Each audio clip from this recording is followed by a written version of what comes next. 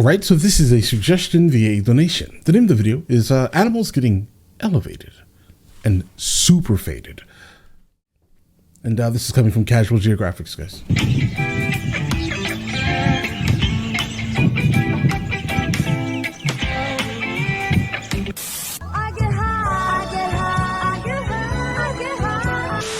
So one night in 2011, a Swedish man called the authorities to remove a moose in his neighbor's yard. And he added that he believed the moose was intoxicated. How did he know it was intoxicated? No reason really, just an inkling. Apparently the moose got wasted off apples from a tree and got so tipsy that it tipped.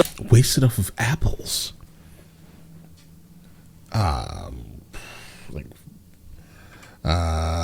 I'm making multiple explanations. Just an inkling. Apparently the moose got wasted off apples from a tree and got so tipsy that it tipped over and became part of the tree. And it took maybe like fermented apples, maybe? Took fire and rescue services to divorce the sauce moose from its tree. The moose got up and proceeded to walk back into the forest.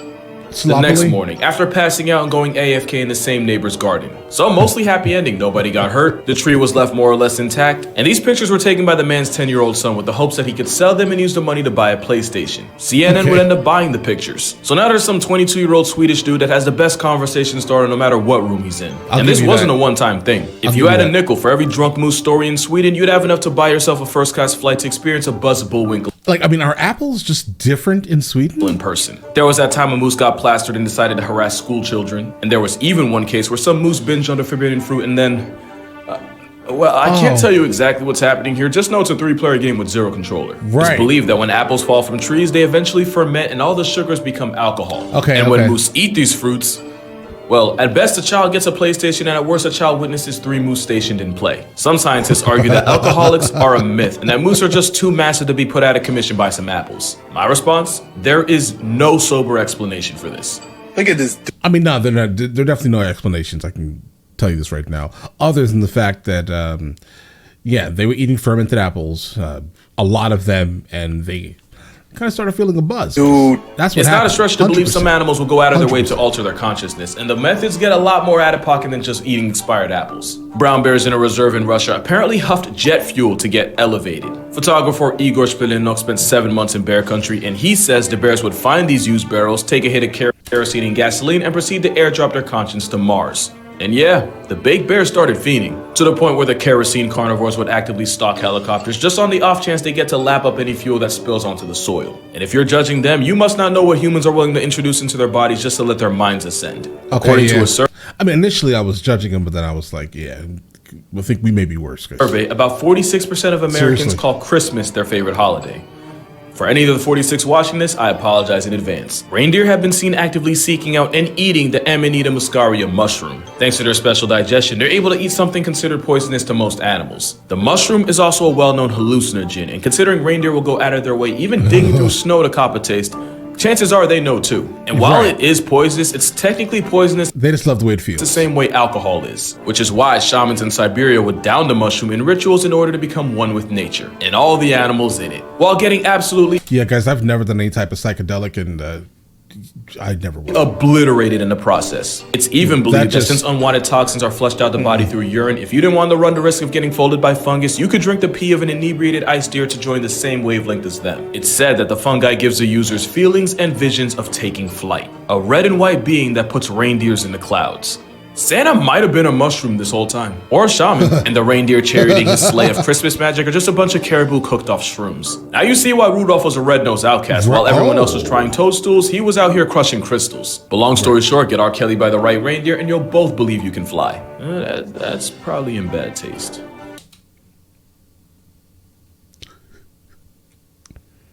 Like the reindeer. In 2009, Tasmanian farmers were plagued by crop circles that seemed to appear in their fields overnight. Some people thought it was aliens shooting their shot with the earth. The answer is somehow even weirder. This is a Bennett's wallaby. Okay.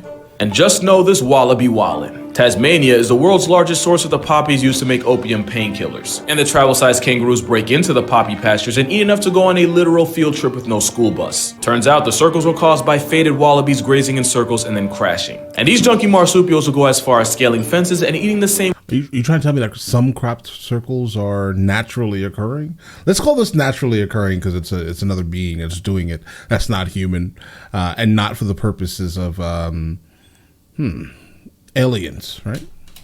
white opium gum used to make morphine, and the purple stuff Lil Wayne likes. All that to get more stoned than a witch in Salem. And after they eventually come back to Earth, the wallabies wake up and just go about their day. Because only someone with no job and no bills to pay can afford to live like this. Which is why bees don't be having any of that. You want to get high on hive time? You better pack up your stuff and figure life out, because you finna be homeless, good buddy. In the summer, the intense heat can cause the nectar and flowers to ferment. The end game of that is literal buzzed bees flying under the influence. And the symptoms are exactly what you'd expect. A hammered honeybee will often bump into flowers and trees, and can even get so sloshed that they can't make it back home and can flatline if they get too cold at night. It doesn't get a whole lot better if they do find their way back. Like I said, bees have no tolerance for the tipsy, and any bee suspected of being on the juice is violently confronted and thrown out the hive. And since bees primarily communicate through a waggle dance, it doesn't take long for a blitz bee to expose itself. In some cases, guard bees will cripple the offender by chewing their legs off to make sure they physically can't come crawling back. Yeah, they make sure to make an example out of him. And the reason is because bringing fermented nectar into the hive can quite literally destroy the entire colony from the inside. It'd be kind of like passing out special brownies before the big company-wide meeting.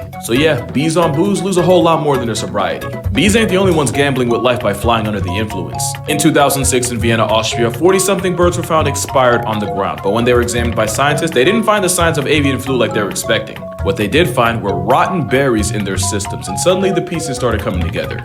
It's believed that the berries fermented inside the birds and got them more faded than an NBA legend's hairline. Now for real though, something about greatness means negotiating the integrity of your lineup. The songbirds even had the liver scarring that you'd usually only expect from a hardcore drinker. The result was a bunch of intoxicated birds face planting in the windows. In lighter news, the same way people start slurring their words once they get to first base with a bottle, buried down. Guys, so like a lot of these things have been happening like on our planet for a while, right? And they definitely have made movies about birds randomly flying directly into windows. It was just like the end of times type of thing.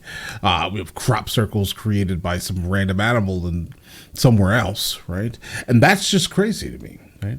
So it kind of tells me that some of these things that we are like making science fiction stuff about is really not science fiction at all. It's just nature.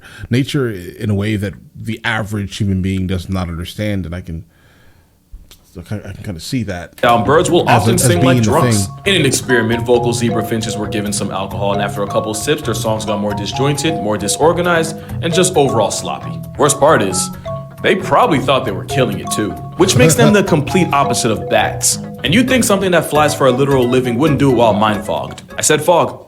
I said fog. But bats don't really have a choice, and the ones that eat primarily fruit and nectar can often fall for the same traps as birds and bees and get royally fogged over. Except bats might just have the tolerance of a Russian veteran. In another experiment, it's funny how often science involves drugging or drunking wildlife. But bats from Belize were liquored up until some of them had a blood alcohol content of 0.3. Keep in mind, driving while at 0.08 is playing with the law, life, and Lucifer, since that's who you finna see next. But the drunk bats were somehow able to perfectly maneuver through an obstacle course without FUIing into a face. They were also able to perfectly use their echolocation while very much buzzed off nectar, unlike the songbirds who literally couldn't hold their berries for their life. And since bats from Central and South America were able to handle it better than old world bats, it's believed this tolerance came from them eating more fermented fruit. So basically, the reason bats are able to completely drink you under the table is because the ones that couldn't became part of the past. Bats are some of the lightest mammals on the planet, yet are also one of the strongest heavyweights when it comes to alk. But they aren't number one. The animal with the highest tolerance is something you might not have even heard of before. Go ahead. The pen-tailed tree shrew weighs less than a pack of Skittles, yet can somehow also outdrink an elephant. Never heard of it. The Malaysian tree shrew regularly sips nectar from the Bertam plant, a plant so high in alcohol content that it smells like Peter Griffin after a shift at the brewery. A concentration of 3.8% makes it as potent as beer and gives this nectar one of the highest ACs of any food. Yet the shrew drinks it like water and seems immune to it, to the point where the tiny squirrel monkey in Malaysia will spend hours nursing nectar. Apparently that's like a human downing 9 glasses of wine, and they do it without 4 kids and a failed marriage. And science doesn't exactly know how tree shrews can do this without unlisting themselves from the census. And the shrews are so committed to the cause that the plants they drink... Probably whatever processes alcohol in your body, I think it's the liver, right?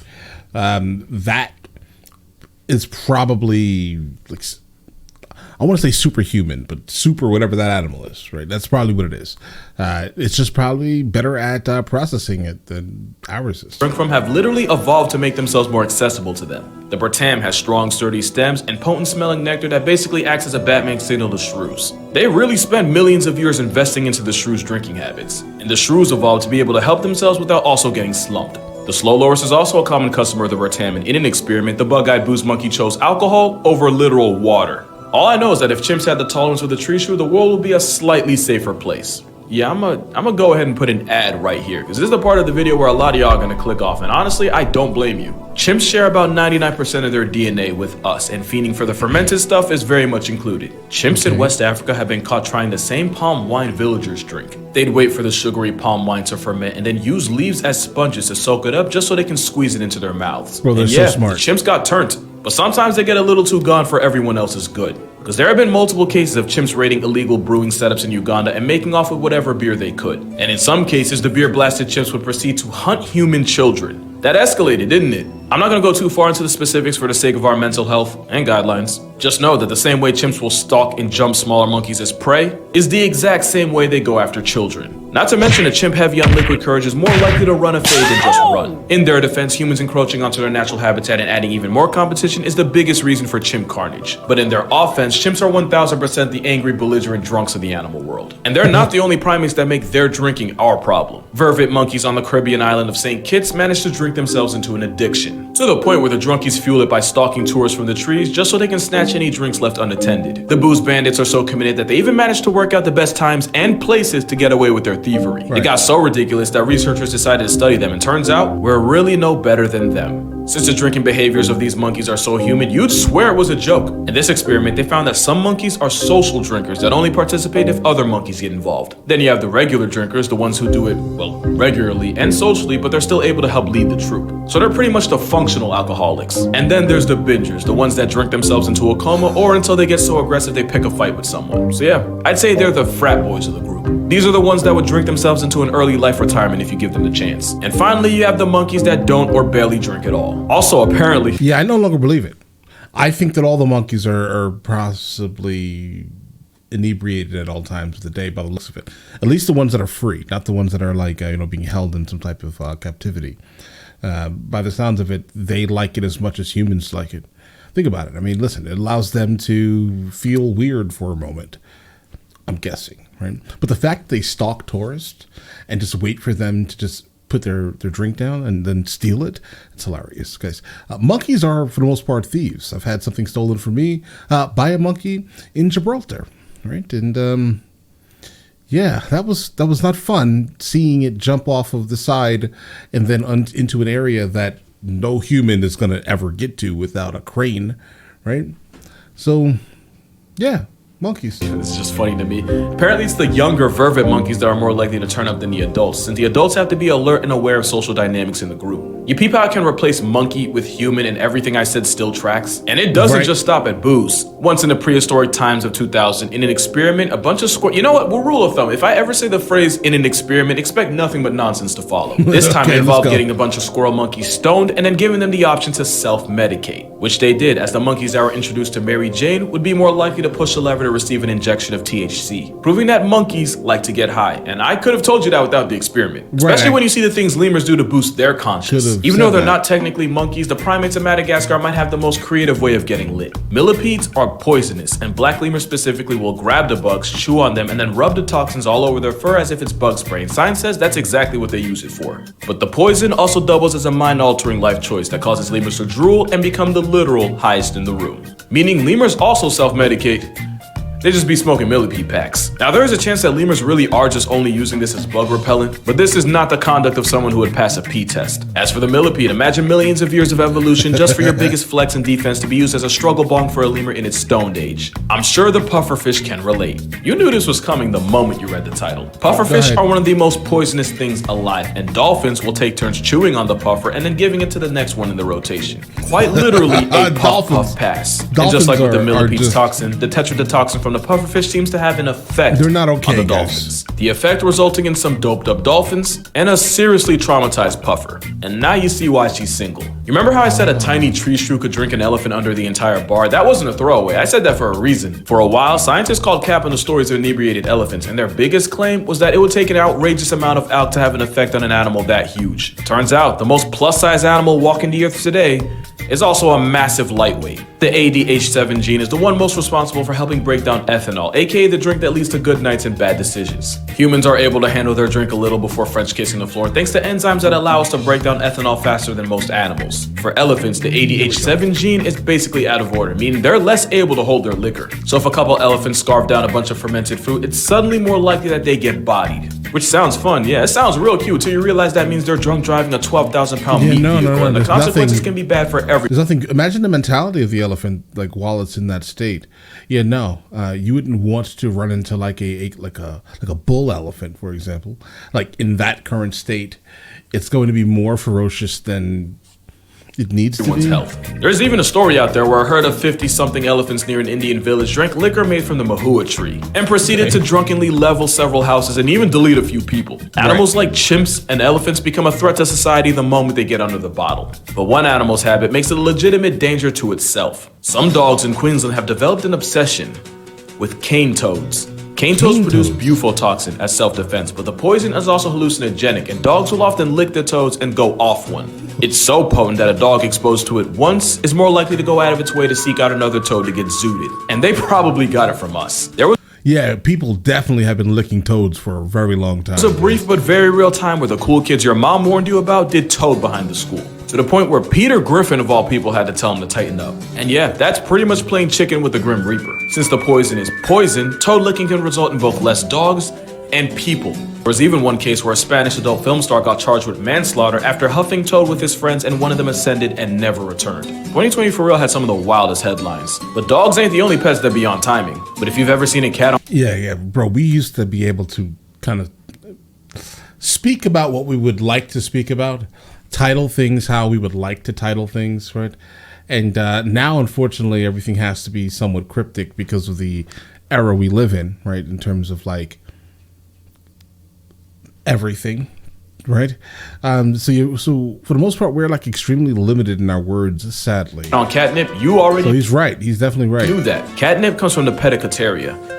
I don't know what it is, I just love saying that. And that contains a chemical called nepidolactone. And nepidolactone will bind with receptors in the cat's nose the same way pheromones do. It even lights up the part of the brain responsible for, you know, the thing cats do with other cats to make more cats. Okay. This whole time we thought they were high, when really catnip just makes them dumb and horny. And even though I was half kidding, it actually makes a lot of sense since catnip doesn't work on cats that haven't reached sexual maturity. The chemicals also hit the cat's opioid system, which is a gateway to 15 minutes of feline euphoria. And it's not just house cats. Catnip apparently has wild cats like leopards, cougars, lynxes, and even some lions in a chokehold. So yeah, cats might just be the original stoner. I mean, just look at this jaguar. Lots of cats will eat grass and leaves as a way to clean their system. Jaguars doing it with the hallucinogenic yaji vine allows them to do so while also high-fiving Joe Rogan. And for the non-believers out there, I defy you to look this jag in the eye and tell me it's sober. Bro in a galaxy, and it's not this one. And it probably did start as something just to detox, but then eventually became a way of life. I mean, that's literally how cats got hooked on catnip. The Nepotecateria is a mosquito repellent, so there's a good chance that cats getting hooked on the nip was just a consequence of wild cats trying to get op flies off their back. So I guess you can say mosquitoes do matter, because without them, we wouldn't have videos like this. But that's gonna do it for this video.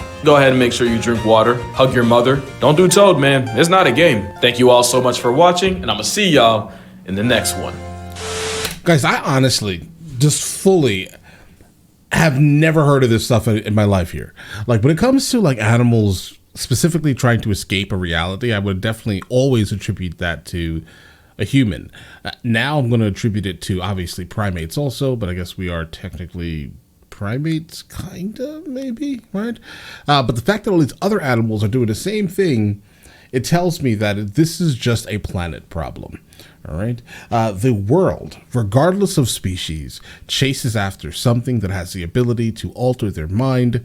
Apparently, except for me, I don't really like that. I don't drink like that at all, or do any type of narcotic. That may be a lie. Maybe nicotine, which is okay. No, I guess it is just nicotine and probably sugar, guys. Probably those two things. Pretty addictive. But I don't think they actually like alter my mind like that. I mean, nicotine, for example, makes it so I don't lose my mind, even though I need to, figure out a way to not allow that to control me, right? But either way, listen, let me know in the comments the next thing from him that I should be checking out, and I will get into that as soon as I possibly can, all right? And listen, you guys all have an absolutely amazing day, and enjoy your day thoroughly.